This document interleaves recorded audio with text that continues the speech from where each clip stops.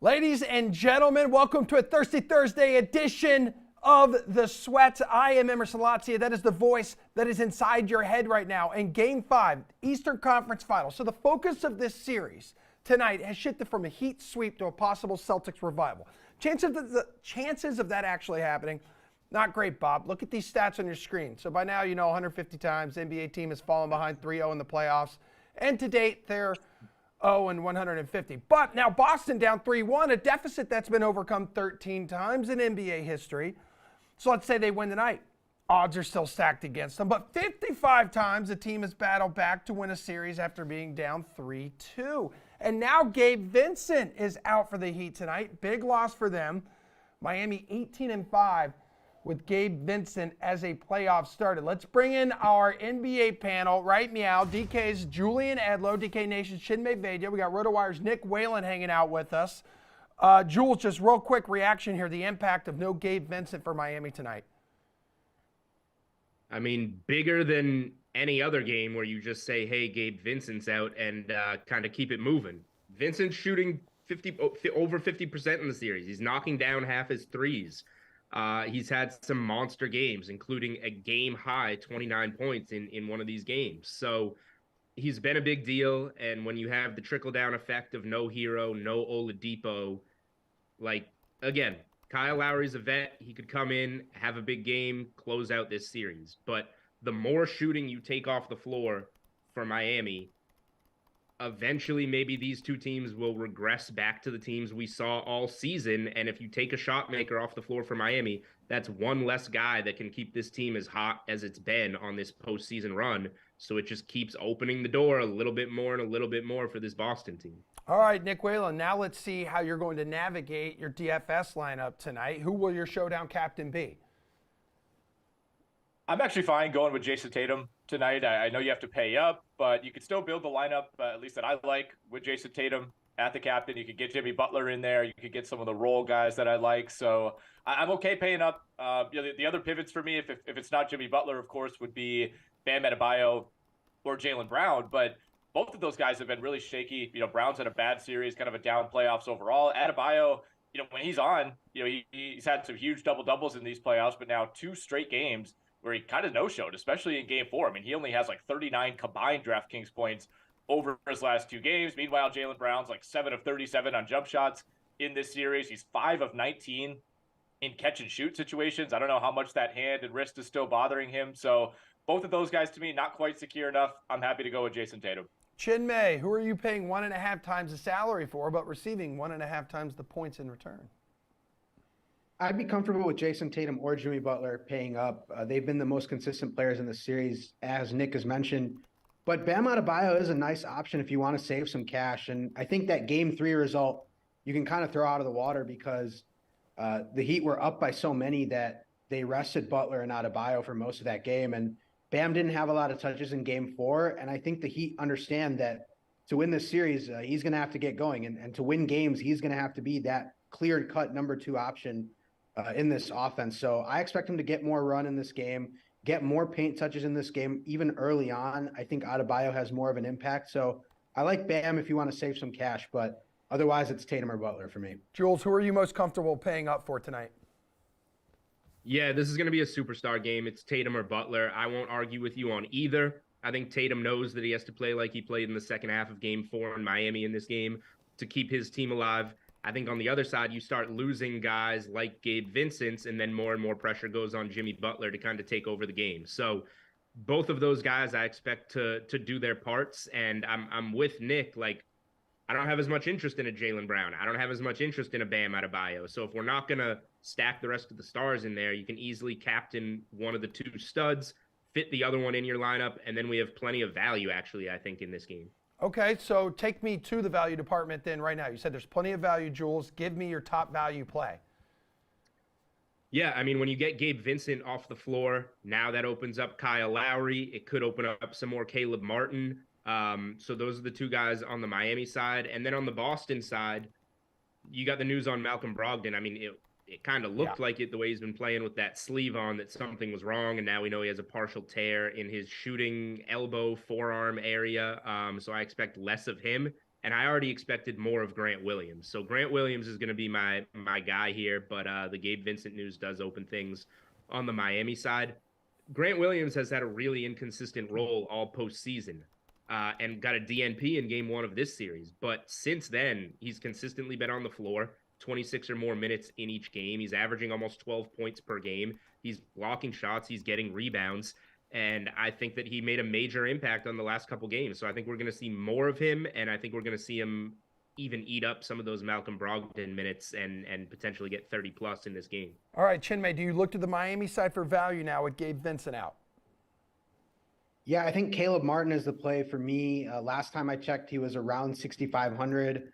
He's got over 31 DK fantasy points in 3 out of the 4 games, and then he was slightly down in game 4 with 24 and a half DK fantasy points. He's going to continue to get touches, continue to get opportunities from the perimeter, and the Heat need him to be more of a scorer now with Vincent out. He's just going to get more shots from deep with Vincent out. So I like Caleb Martin, who has shown that he can be more than just a bit role player here. He can actually be a solid third scorer for them.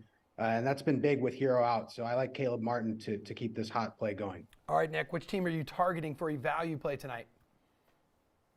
Yeah, to me, it kind of has to be Miami, and the Vincent absence is really interesting because they're almost out of options at this point. You know, Julian mentioned it. No Tyler Hero, no Oladipo. Like, that's kind of it for their point guard depth chart. So there's not like this obvious pivot where it's like, okay, this guy who, you know, really hasn't been in the rotation is all of a sudden going to see 25 minutes. I think they just shorten up the rotation even more, and all these guys, you know, add 5 to 10 minutes to their ledger, right? So Kyle Lowry has been coming off the bench. He's been playing 28-ish minutes per game in this series. I think all of a sudden he has no choice but to play like 38 minutes tonight. That's really not who he is anymore at this point in his career, but too bad. So I think getting that at 5,600, that there is some significant upside there. I mean, maybe there's a little bit of trickle down to Caleb Martin, to guys like Max Strus, Duncan Robinson when it comes to those minutes, but the Heat aren't going to be dipping into like their two-way guys to play real minutes in the Eastern Conference Finals. So I think we see a situation where as long as this game is competitive for 4 quarters, you know, we can have like 3-4 players approaching 40 minutes, other guys approaching 30-35 for Miami. So to me, that's where the value is going to be tonight. All right, Nick, over on the DK Sportsbook, hook me up with a game bet you like tonight for Game 5, or you could even go series bet here. I mean, maybe exact games. This thing going to end tonight at 5. It's going to go 6 games, 7 games. I'll let you take it in whatever direction you want. Well, first of all, I'll say I like the Heat +8. I think Boston wins this game, but that's just a big line for a playoff game, especially when one team is beating the other 3 out of 4. Leaning over on 215.5. I know it went just under that in Game 4. Even if we get some shooting regression for Boston, I think they make up for it at the free throw line. Their free throw attempts were down in Miami. They attempted 24 and 29 free throws in Games 1 and 2 in Boston. I think that trend comes back around, so that could make up for the fact that Boston probably doesn't hit 18 threes tonight. And then, Emerson, if you're asking me for the exact outcome, I will go Miami Heat in 6 at +175 at the DraftKings Sportsbook. All right, so they'll close it out at home. I like that. Jules, what direction do you want to go in here? Yeah, I mean, the Celtics should win this game. They haven't done anything this postseason that gives me the confidence they will. They're 2-5 in their last 7 home games, and they have not played well Game 5s at home. They've lost all 3 that they've had these last 2 postseasons. So I'll just say from a trend standpoint, if you like the Celtics, you're laying it. And if you like the Heat, you can even look at the money line, because Nick said this should be a close game. It's a lot of points. It is. But the Celtics, going back their last 19 postseason wins, 18 of them have been by 8 or more points. The only game they haven't won by 8 or more points was Game 7 in Miami. They were up 12 with like 3 minutes left. They won it by 4 because they did what they do, kind of let go of the rope and couldn't close it out, but they got by. So if the Celtics are going to win, they're going to win the way they won Game 4 in Miami and kind of pull away late. So I wouldn't be afraid to lay it with the Celtics if that's the side you're going. Chinmay, what's the bet tonight? The narratives in the series have been so interesting, and the point spread has kind of followed. This was the spread in Games 1 and 2, and the Celtics lost both games. And then the Celtics were still favored in Game 3 by, I think, 3.5 or 4 points. And then finally in Game 4, the Heat were favored and then ended up losing the game because the Celtics shot 40% or better from 3 for the first time in the series. I think Miami +8 is too big a number, as Nick mentioned. Heat money line is probably the play as well for me. You can bet down on the point spread to get better odds. Like Heat plus 6.5, plus 5.5 is probably going to give you plus money there. And you still, kind of avoid that moment where the Heat lose late and you lose out on a money line play. But even in the series, Heat in 6 is the top result or the most favored result on the odds book. But then Celtics in 7 is next up. So there's a lot of momentum here for Boston to potentially win this thing in 7 after taking just one game. And I just don't see it. Only 3 teams have come back to force a game 7 from down 3-0, and all 3 of them have lost game 7. I think either Heat 4-1 or Heat 4-2. I don't think this series sees a game 7. So I actually think it ends tonight. I would go Miami money line and Miami 4-1 as the series result. Yeah, Heat plus 250 on the money line. They prove it in this series. They can be dominant. Definitely worth the chance to win 2.5 times your bet there. Gentlemen, thank you. Chin May hang out. We need you for some EPL talk coming up. After this break, though, we have some new City Connect jerseys to break down on the dime and around Major League Baseball. So we got Tanner and Eric standing by. Chill with us. Chill with us. Chill with us. Y'all got the most ways to bet on NBA players. I'm hyped. Hitting props, that's my dog. Stack up buckets, blocks, and boards on my boy? Or superstar going one-on-one against another superstar? Oh, it's on. And all these bets are on my man's dedicated page? Now you spoiling me, DraftKings. Download the DraftKings Sportsbook app and bet $5 to win $150 in bonus bets on your team to win. Action so good, why bet anywhere else? That's my move. He used my move. You know, betting without a game plan is a little like skating a giant ramp without helmet and pads. I wouldn't risk it. And I wouldn't bet without a game plan. DraftKings Sportsbook provides you with tools to set a realistic budget and time limits, so you're ready to bet responsibly. Download the DraftKings Sportsbook and Casino apps to learn more about how you can practice safe bets.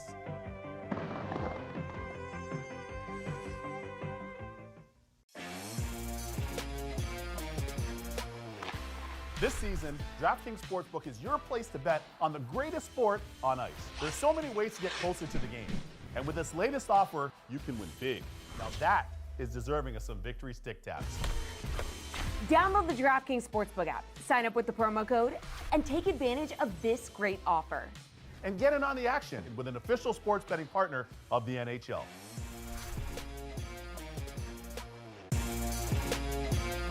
With DraftKings Daily Fantasy Sports, you can play for millions with a lineup full of big NBA stars. Maybe you throw in a three-point specialist that's been around the league, seen a thing or two.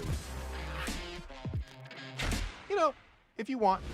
Download DraftKings and play for your share of millions. Action's so good, why play NBA anywhere else? All right, we got 5 games on the main Major League Baseball slate tonight. We got 2 dudes here to help us with a little bit of price check. We're going to help you build some money-making lineups, right? Meow, Tanner, Easy E, Eric. Hello, Tanner. I love your fandom for the O's here, dude. Just like we talked yesterday, more people need to be talking about what a damn good baseball team this is. They did introduce, the latest team here to introduce their City Connect uniforms. Where do they rank? You're not wearing them, by the way. Where do they rank? Where do they rank on your list of favorites? Because I get it. Not all of these threads are winners here. I think they're very close to the bottom when you look at it. Yeah, they're pretty bad. You look at the jersey, it's literally just white lettering of Baltimore with black. It's like someone from stitching class sewed on the Baltimore flag on the side. So I'm not a super big fan of these jerseys. I think there's a lot cooler ones with a lot more meaning to them. Okay. But you know what? We got to support the Orioles because nobody's out there is. Hell yeah, brother. All right, Eric, what about you, man? Do you like these? Because I'm kind of a fan. They have a little bit of like a Miami vibe to them, and I know Tanner doesn't like them as much, but I don't think like being simple with a little bit of flavor is all that bad. They're not necessarily for me. I think I've seen the comment going around that I prefer when the interesting bits on the outside of the jersey. I think that is a good way of putting it, but I'm not the target audience of these things, right? I get more out of the third page of a Fangraphs leaderboard sorting by X whatever than I do about the third alternate uniform. So if this brings, you know, some 12-year-old sees the jersey and it's like, oh, what are the Baltimore Orioles? Let's check out baseball. Sure, I'm all for it, even if I don't love these particular ones. I don't need to. It's not for me. 12-year-old or, you know, in my case, 39-year-old, I like them. But Tanner, we can all agree, like Marlins and the Rockies have the best ones, right? Yeah, there's so much more creativity with those. These are just, it's too basic. All right, boys. Tonight's slate, not that basic. 5 games, main slate, favorite starting pitcher on the slate to roster, Tanner. So I'm going to go with Logan Gilbert, priced at $9,900 tonight against the Oakland Athletics. We all know the Athletics. They're not the best team in baseball. They've been surprisingly decent on offense at times, but most of the nights they just go downhill pretty quickly here. And Logan Gilbert's been very good lately, coming off a 9 strikeout performance, also has a 10 strikeout performance in his past 5 games. He's been going consistently 6 innings and putting together quality starts, so I really like the value for him against Oakland Athletics. All right, what direction you going in, Eric? Gilbert is my top choice as well. He's really taken nice steps forward this season in all the underlying numbers, striking out over 30% of batters this year. Problem is, the only other guy I like on the slate is JP Sears on the other side for Oakland at 7,300. Gilbert, again, still number 1, but Sears is not bad. The Mariners are a medium offense at best, and Sears, while he has a 4.99 ERA in 9 starts this season, underlying numbers are mostly pretty good. 25% strikeout rate against a 5% walk rate. Can't keep the ball on the ground, gives up way too many homers, but it's a good pitcher's park today. So I think he's a decent pivot. Obviously, I don't think you want to include him and Gilbert because their teams are facing each other. You're maxing out at 1 win that way, but I think he's the good second best option if you want to get off the people going with Gilbert. All right, dudes, let's talk now high price bat. So, Eric, let's go 4.5K or more. Yeah, I'm going to be a Phillies homer and go with Trey Turner, not necessarily because Trey Turner has had an amazing season. He's actually been quite disappointing. His mom booed him yesterday. That's how bad it was getting. I mean, you got to love when a player moves to Philadelphia, not just them, but their whole family has embraced the local culture. So I'm a big fan of that. And it seems to have worked. I mean, it led to a game-tying homer for Turner. Really kind of worried with what he's doing. He is pressing. He's swinging outside the zone much more. It's leading to a sudden strikeout problem, which for a guy with medium power and a lot of speed, you don't want a strikeout problem. Main reason I like him today, though, is Dylan Dodd. I want to pick on with as many Phillies as I can, especially Phillies righties, which Turner is. Dodd has a 6.46 ERA in 3 major league starts, striking out just 10% of big league batters. ERA of 6.67 in 6 AAA starts as well. So I want the Phillies tonight, even if they haven't been good until their moms boo them. Yeah, listen, there was the walk-off win for him yesterday against Arizona, and then people are sleeping on the fact that Shane Victorino here suited up for the Savannah Bananas and also got a walk-off hit yesterday. So things are looking up for you guys, Eric. Yeah, love Shane Victor. Love seeing him have success in any form. I'm happy for him. Flying Hawaiian, baby. All right, Tanner, talk to me about a high-priced bat. So I'm going to go with Aaron Judge here. He's been doing close to 19 fantasy points in his past 10 games, priced at $6,400 tonight. He's first in OPS in baseball, and he's third in homers. We didn't think Judge was going to be able to replicate what he did last year, but he's coming pretty close to it, and he's been very, very successful so far at the plate. Even when he doesn't get on base through a hit, he tends to walk. People don't want to throw to him, and he has 3 home runs in his past 5 games. Eric, you were joking about this yesterday. The ace of the Baltimore Orioles is on the mound in Kyle Gibson. I do think Judge is going to get the best of that ace tonight. He's not an ace, and I think Judge is going to have a big night. 4.27 ERA for Gibson there. Decent numbers when it comes to strikeouts at times, but Judge is very good at the plate, has a great eye, and I see him having a huge night. That's Jared Carrabis' best friend, Aaron Judge, Tanner. Yeah, I don't know about that, but. All right, talk to me about a value bat now. So we'll go sub 4K here.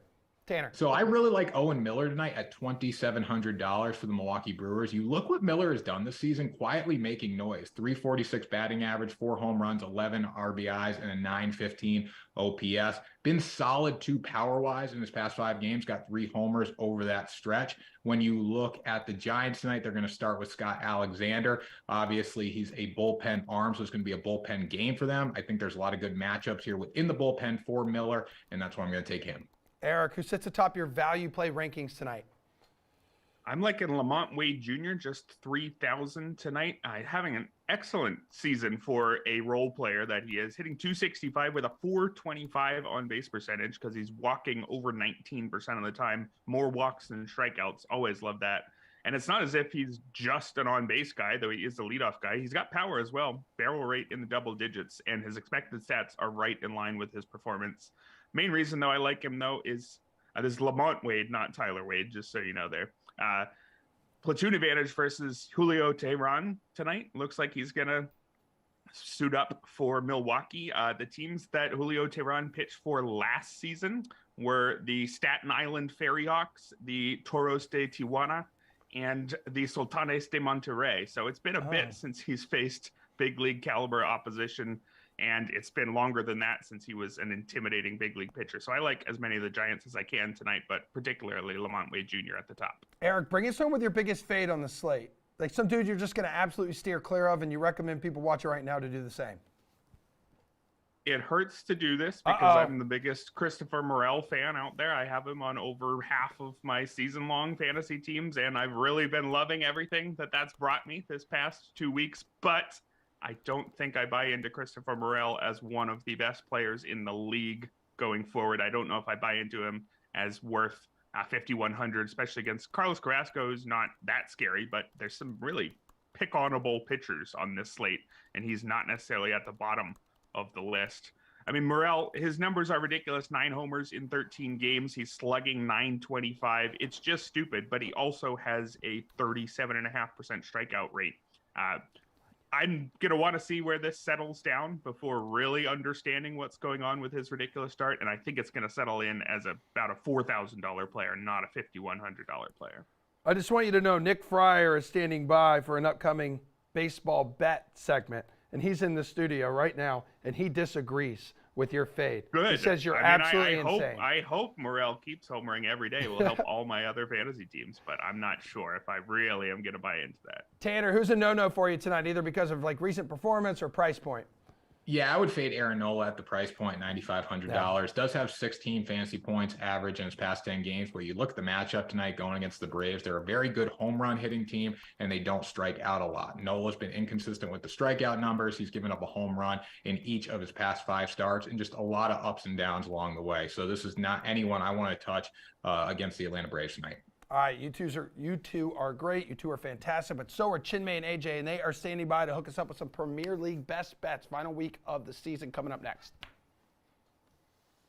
Yo, DraftKings, y'all got the most ways to bet on NBA players. I'm hyped. Hitting props, that's my dog. Stack up buckets, blocks, and boards on my boy, or superstar going one-on-one against another superstar. Oh, it's on. And all these bets are on my man's dedicated page? Now you spoiling me, DraftKings. Download the DraftKings Sportsbook app and bet $5 to win $150 in bonus bets on your team to win. Action's so good, why bet anywhere else? That's my move. He used my move. You know, betting without a game plan is a little like skating a giant ramp without helmet and pads. I wouldn't risk it.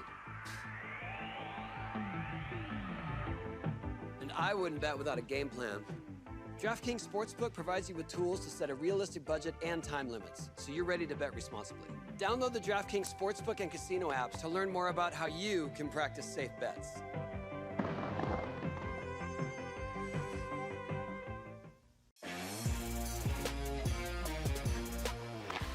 This season, DraftKings Sportsbook is your place to bet on the greatest sport on ice. There's so many ways to get closer to the game. And with this latest offer, you can win big. Now that is deserving of some victory stick taps. Download the DraftKings Sportsbook app, sign up with the promo code, and take advantage of this great offer. And get in on the action with an official sports betting partner of the NHL.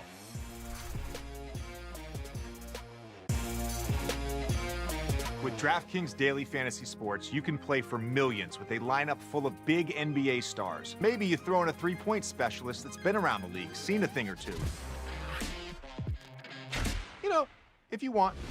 Download DraftKings and play for your share of millions. Action's so good, why play NBA anywhere else? Manchester City just crowned Premier League champions, completing the three-peat. So really depending on like the Premier League season here, match week 38, which we are entering, can be anywhere from thrilling to a snooze fest. I think this year kind of skews a little more towards the latter with the title and the top 4 locked up. But we're still bringing in DK Nation, Chinmay Vaidya, and RotoWire's AJ Schultz because we need some help kind of navigating the betting landscape here, guys. I have questions, you have answers. So Chinmay, like, can Aston Villa hold off Tottenham for the Europa Conference League here? Absolutely. You know, Villa playing at home. They're 11-2-5 on the season at home, so very good home record. And Spurs on the road have been very bad, as we've mentioned on this show. 5-5-8 on the road, going up against Leeds, a team that is trying to stay up. So I think this is a bad spot for Tottenham. They need a win because a draw or loss doesn't help them, obviously. And Villa can easily, get by with a draw. If they win, they're in that Europa spot no matter what, and then Tottenham is out. So I think I would lean Villa here to clinch that final spot. I would actually take Villa to win on the money line, but I believe they're plus money against Brighton. So I like Villa to hold serve at home and clinch that final European spot. AJ, what's your opinion on this? Well, I think, you look at it, Spurs are just 1 point behind Villa, and you kind of have to assume if you're Villa that they're going to beat Leeds United. I know we've talked about the away record, but Leeds United is a bottom team. So you kind of have to assume that Tottenham's going to win. That would get them to 60 points. So a draw not going to be enough for Villa. I expect them to play a very attacking, very open style. And so for me, what I like most on this one is probably the total goals in that Villa-Brighton matchup here.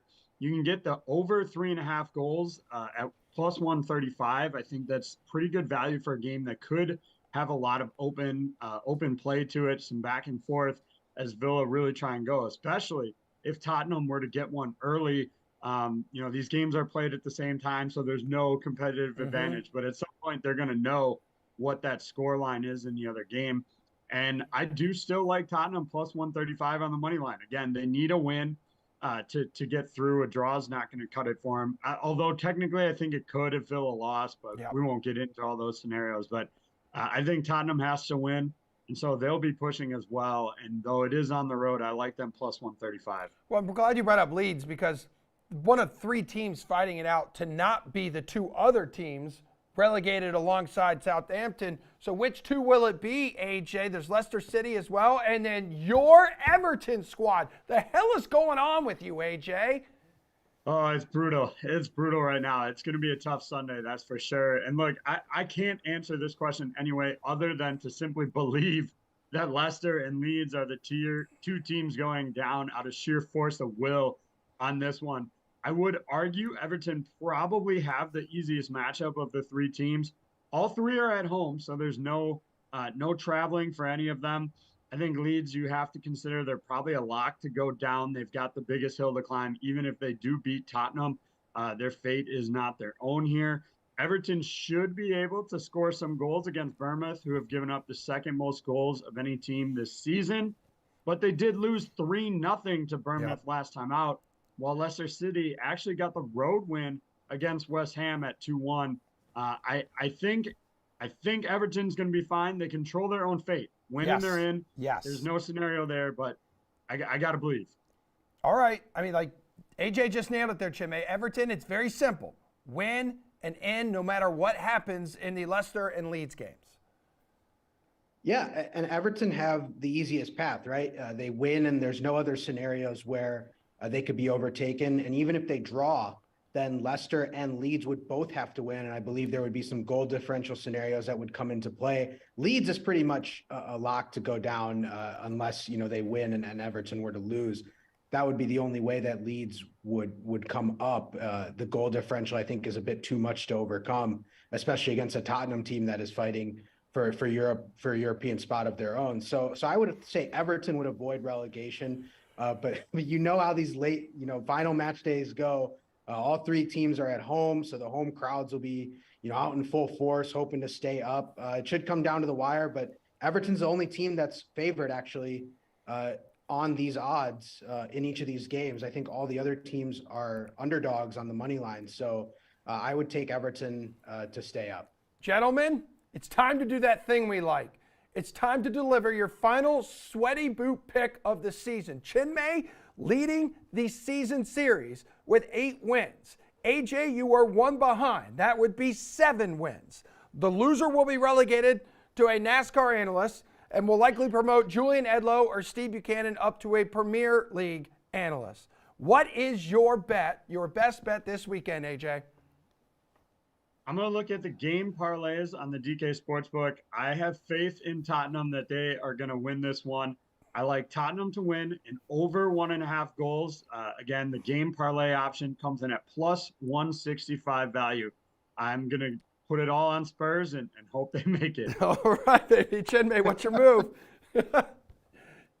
Well, I'm going the exact opposite direction Oh! of Tottenham. I'm going with my Gunners once again. I know the title race has been, completely out of the picture for the last couple matches, but this is a home game for Arsenal. This is a last chance for them to deliver something for their fans against a Wolves team that is just waiting for the season to get done. So I like Arsenal minus 1.5 goals up against Wolves. Comes in at minus 115. Not tremendous value, but I think the Gunners put on a show for their fans for what has overall been a successful season despite the disappointing ending. Gentlemen, best of luck to both of you and Godspeed. I look forward to seeing the results after this weekend. Everyone, we got to take a quick break, but hang in there because we got the highest rated segment in this show's history coming up next. Steve Buchanan will join us along with a couple other analysts. Nick Fryer in studio for Put Up Your Pukes.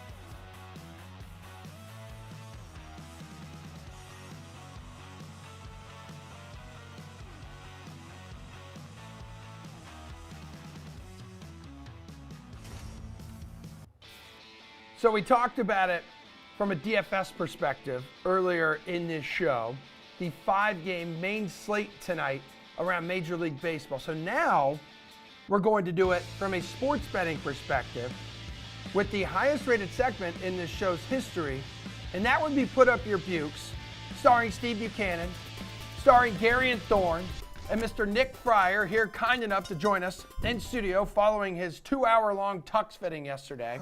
It was 2 hours long. Anywho. What?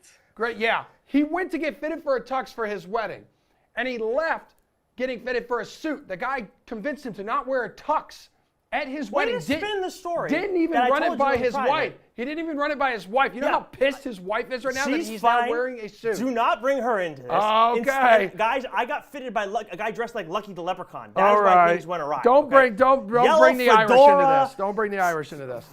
All right, let's get back to put up your Bukes. This guy is on fire today, Bukes. So let's see if he pushes back on your first 5 play. Go ahead. I mean, I don't even know how to go on from that. What an odd story to. I don't know. Let's talk about the Orioles on the run line. They're underdogs tonight, going up against the Yankees, and I think that is a mistake through the first 5 innings here, going up against Clark Schmidt. The O's have been a very good team on the run line through the first 5 innings, a record of 27-21. They got Kyle Gibson taking the mound tonight. He's been pretty solid. Really only gets into trouble the 3rd time through the batting order. If you look at his numbers the first time and second time through, 2.95 ERA, 3.22. Pretty good numbers there. Second time through the order, he has a WOBA of only 285. He's been pretty damn good. And you got Clark Schmidt, 4.05 ERA first time through the order, 6.98 with a 4.18 WOBA the second time through the order. I think people keep sleeping on this Orioles offense. They are stellar against lefties. They're good against righties, which Clark Schmidt is for tonight. So I like the Orioles on the run line tonight as underdogs, getting that at -125. You like their City Connect jerseys? Kind of lame. Yeah. Okay. All right. That's what Tanner said earlier. Gare Bear, you never agree with him, so go ahead and put up your Bukes. I do never agree with him. That is true. So let's move to a different game. Let's talk about Cubs-Mets. I think a lot of the totals in this game, whether it be for the first 5 or the game as a whole, kind of over-impacted by the wind tonight at Wrigley. I feel like this happens more often than not, actually. Yes, there's going to be some wind blowing into Wrigley. Does that change the fact that Carlos Carrasco and Kyle Hendricks are bad pitchers? It does not. This line has already moved. It was 4 earlier today. It's now 4.5. I will still take the over 4.5 first 5. Heck, the Cubs might do this by themselves. Carlos Carrasco has given up at least 5 earned runs in the first 5 innings of 3 of his 4 starts so far this season. Kyle Hendricks on the other side, making his 2023 debut at the MLB level. He's had an expected ERA hovering around 5 the last 2 seasons. I know the Mets don't score runs early. That's kind of their thing. They haven't hit a first-inning home run since the playoffs last year. Not great. I think this is the day that bucks the trends. I think both these teams score a lot early. You're not only putting up your Bukes, but you're joining forces here with Garion. Yes, I am. Yes, because Garion always makes great points. And this is why this segment should be back to what it was last year when Garion was dominating, thorn in my side. Because Garion knows what he's talking about. But he is not a thorn in my side today because we are in lockstep on this one. Look at this. Look, Carlos Carrasco, Garion talked about how poorly he's done. 5+ runs in 3 of his 4 starts this season. Kyle Hendricks, he's I know he did well in his last AAA start, but I don't really read into that all too much because we saw him struggle a little bit here and there too. And Marcus Stroman, look, I know that he ended up shutting down the Mets yesterday, but the Mets did score a couple runs in the first 5 innings against him yesterday. Obviously in better form, better health than Kyle Hendricks. And then you look at the Mets too. I mean, the game before that, I believe we saw the over on this total hit too. Yeah, the Cubs had scored 6 runs in the first 5 innings in the first game of this series too. So the Cubs can get this done by themselves, but the Mets, I think, are going to pitch in a little bit with Hendricks on the mound. Bukes, pitching prop, dude. Yeah, so we're going to stay with that Orioles and Yankees game and just put Carlos Schmidt over 2.5 earned runs allowed. You're getting that at -110. This is a number that he's allowed in 6 of the 10 starts that he's made. If you look at the teams where he didn't allow over this number, the offenses there are pretty lackluster. The Reds, the Athletics, the Guardians, and, hate to say it, the Blue Jays. They're the other team that didn't put him go over 2.5 runs. Garion is rolling his eyes, but you know what? Garion has been very vocal against his home team. Yeah. So I feel like he's with me here. But the Orioles tagged him for 4 runs back in early April, one of the first starts of the season. He was out of that game in 3 1/3 innings. I gave you the numbers for Schmidt earlier in this segment here. I think the Orioles go over 2.5 earned runs for this game here. Garion, I don't think you were rolling your eyes. You're not that rude. No, I'm like Steve said, I'm pretty pessimistic about the Blue Jays. He's over it right now. Realistic. Although I will say, I'm not agreeing with Steve here, but what I will do. is I will present a bet that Steve will like at the very least. I'm going to take Logan Gilbert to record a win at plus 150. I like that. It's kind of insane when you really start thinking about it. Obviously, there are factors as to why there's such a large differential between a team's money line number and the number you get for a pitcher to record a win. But basically, the Mariners are minus 250 favorites on the money line tonight. Logan Gilbert, who's been fantastic so far this season, 2.68 FIP, plus 130 to record a win. That was plus 150 a couple minutes ago. So hopefully people read my mind and bet this a little bit earlier. But the Athletics are terrible. The Mariners are 6-0 against them so far this season. And yes, they have to wrap this thing up a little bit early and get a lead going early. But the Athletics are also 9-34-8 in the first 5 innings so far this season. Generally speaking, they are losing by quite a bit very early on. So I have no fears that the Mariners, who have been bad against left-handed pitching, can get their starter a little run support tonight. So where are you looking at for a pitching prop? Well, just to point out, Gary and what he's been saying about the Jays and everything too, I now have a Gary and Thorne system play every time going in. If it's an AL East team going up against the Blue Jays, I'm taking that other team every single time. It's been working out pretty well. Strategy. Over the weekend, right, it worked pretty well with the Orioles. I took them on the Friday game and in the Sunday game. Worked out very well. Look at you, dude. Yeah, so, you are analyzing. Well, it's a Gary and Thorne system play. I just want to give Gary credit because he deserves more credit than Steve. But anyways, as for a pitcher prop, Kyle Hendricks, under 3.5 Ks today. Very much heavy on this Cubs game personally. Threw 82 pitches in his last rehab start. I know he had 6 strikeouts there, but he only had 4+ in those previous 2, so it would have been just over this number, but he's playing against AAA hitters. Whereas tonight, he's going up against the Mets, who have a 20.4% strikeout rate against right-handed pitching this month. That is a slight uptick from their season-long number, but still one of the lower rates in the league. And we saw guys as recently as like Taj Bradley, who racked up, I think it was 3 Ks in his start up against the Mets. So Kyle Hendricks under 3.5 at plus money. Bukes, hits, runs, and RBI play that you're going to get after on the DK Sportsbook, and then we will have Nick attack you once more. Well, you know what it is, and just real quickly, going off subject here, it's very evident that his lovely lady at home takes no BS because now he comes to work and expresses all that anger to innocent victims like myself. Like, it's very, very clear that she is running that house at home, and I'm sure she's very lovely. But let's talk about Francisco Lindor to go over 1.5 hits, runs, and RBI. These guys were just talking about that Mets-Cubs game going over with a lot of runs scored early. There we go. Lefties crushed Kyle Hendricks last season. He had a 4.01 WOBA against him, 6.28 FIP, and 12 of the 15 home runs that he's allowed. What I like about Lindor here, he's going to be sandwiched in between the lineup between 2 other lefties with Brandon Nimmo and Jeff McNeil most likely. So it's a good opportunity for him to knock someone in, and then hopefully he gets knocked in himself by Jeff McNeil. So I think he can easily go over this number of 1.5 hits, runs, RBI, something he's done literally in half the games that he's played this season. So give me that one there. All right, buddy. Go ahead. Let it out. I'm just I'm a little thrown off because I didn't expect. Yeah, you seem a little flabbergasted. Yes. Well, you set the tone early. I blame you for all of this, quite honestly. You don't have to. It actually is very true. You don't have to project onto me. You don't have to project. I'm just a host. He was projecting onto us. Yeah, he was. Anyways, Lindor is a fair play because obviously I want to fade Kyle Hendricks tonight. But the guy that I'm going to go with in this game is actually on the other side because, again, we were making good points about Carlos Carrasco earlier. Christopher Morel, which I was stunned when Halterman was fading him in the DFS segment. Carrasco against right-handed hitters have a 38% hard contact rate and a 44% fly ball rate against him this season. Only a 13% strikeout rate, too. Morel versus right-handed pitching this month is crushing it. 44% hard contact rate, 55% fly ball rate. Obviously has, 8 home runs during that stretch. He's been crushing it, over 45 plate appearances. Also 13 runs and 12 RBIs. Obviously, he can get it done with just one swing of the bat tonight, but either way, he's crushing righties. All right, Care Bear, hook me up. Hits, runs, and RBI play tonight. Similar path here as Nick. I'm just going to take a right-handed batter on the Cubs. Give me Seiya Suzuki, who's been on absolute fire in the month of May. He's got a 4.22 WOBA since May 1st.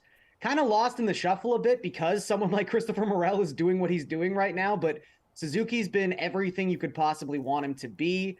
Again, another line that's moved on me was plus 100, now minus 105, but I still think it's a pretty nice spot to attack. Here's the only stat you need to know about Carlos Carrasco so far this season. His opponent barrel rate at 12.9% is higher than his strikeout rate. If you are giving up more barrels than you are striking out batters, you, my friend, are cooked. And I love you, Cookie. You're fantastic, but it has been a bad season so far for Carrasco. Well, I love you, Gariam. Steve, I love you as well. Nick, I also love you. Great segment, everybody. One final break to go, one final block to go. We will dive into tonight's Game 4 of the Western Conference Finals. Stars are in some trouble, and history is against them. Fryer's going to look terrible. Yeah, you know what? He may. He may look great.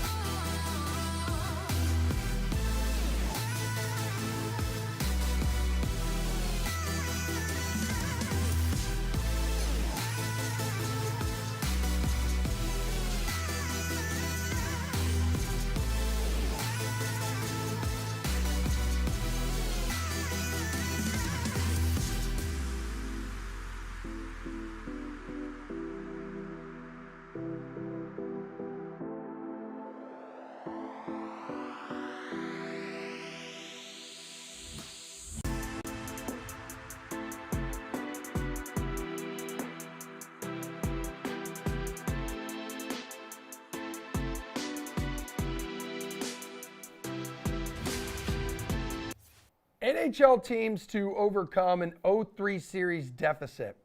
There's been just 4 of them. 4 of them in the history of the entire league. Carolina couldn't do it last night. Maybe the Stars can start marching back tonight against Vegas in the Western Conference Final. AJ, Pete, Jeff, welcome to the show. All right, last night, Team of Destiny, the Panthers are a team of destiny, are they not, Jeff? Yeah, no, I actually do think they are. I was talking about Pete with this before. It's the team that was so on the verge of being eliminated from the playoffs that they needed the Chicago Blackhawks as I think they were plus 350, plus 400 on the money line to win a game at the end of the season. But, again, what we've seen from Florida is they have had spurts of greatness during the regular season. And during the playoffs, those spurts of greatness have just turned into greatness all the time. It's a very, very high-end team with, I think, just an added dynamic in Matthew Tkachuk. And yeah, I mean, right now, you can still get them a plus 115 to win the Stanley Cup. This is a team that has just been underrated, regardless of what they do in the playoffs. And I would certainly back them at this point as underdogs. Pete, I saw a crazy stat. So the Panthers were in a playoff spot for just 28% of the regular season. Only team in the NHL expansion era to reach the final after spending less than 30% of the season holding one.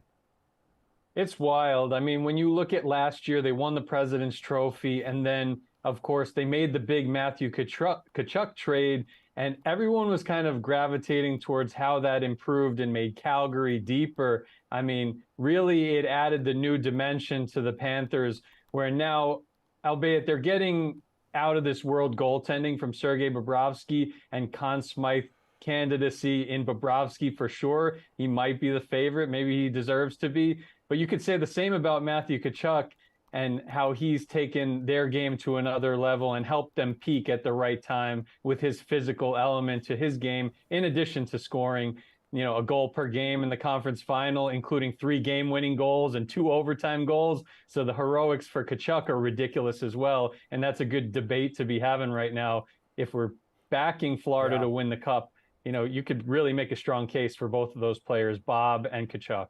AJ, you know who has not had great goaltending? The Dallas Stars here. They're going to try to avoid being swept tonight. Game 4 against Vegas. Who are you going to captain in DFS? Well, I'm going to look at Jonathan Marchessault. I think that tips my hand as to where I think this matchup is going tonight. He's a nice discount at 12-6 in the captain spot, 7 goals and 4 assists in his last 9 contests. He's averaging 4.7 shots per game over that stretch as well. It's a tremendous floor for him. It saves you a little bit of value going up again, all the way up for maybe like Aiden Hill or Robertson or Hintz. But I think Marchessault and really the Golden Knights are probably the way to go on this showdown slate tonight. It's been absolute pure chaos here, Jeff. What do you want to do? I'm going to go to the other side of the game. I just feel like you have to look at the overall how this series has gone. The Stars have outshot Vegas by over 20 shots in this game. Even in Game 3, they carried a lot of the action. Just a couple different defensive breakdowns. Marchessault has certainly played well. And honestly, if I was going to Vegas, that's probably the player I would target too. But I like Dallas for a bounce back. And I think there's a couple different options. I think Jake Ottinger, who is a young goalie. Maybe he's a little tired, but he's also been very good at home. He's been very good at bouncing back. The Dallas Stars have lost 3 games in the playoffs by 3 or more goals. Each time they've bounced back and won the next game, and Ottinger has played well. I think Jake Ottinger is a good choice here. I think that he'll definitely show up in some way, shape, or form, regardless of who wins this game. And I think another choice is Tyler Seguin, who's gone 8 games without a goal. He's getting a lot of opportunity, though, and he's certainly not really playing poorly. He's had multiple shots on net in 5 straight games. I think Sagan's well overdue for a goal. That's where I would go if you're looking for a really low-owned Stars forward. All right, Pete. Vegas' depth has just taken over in the postseason. Where are you looking at tonight?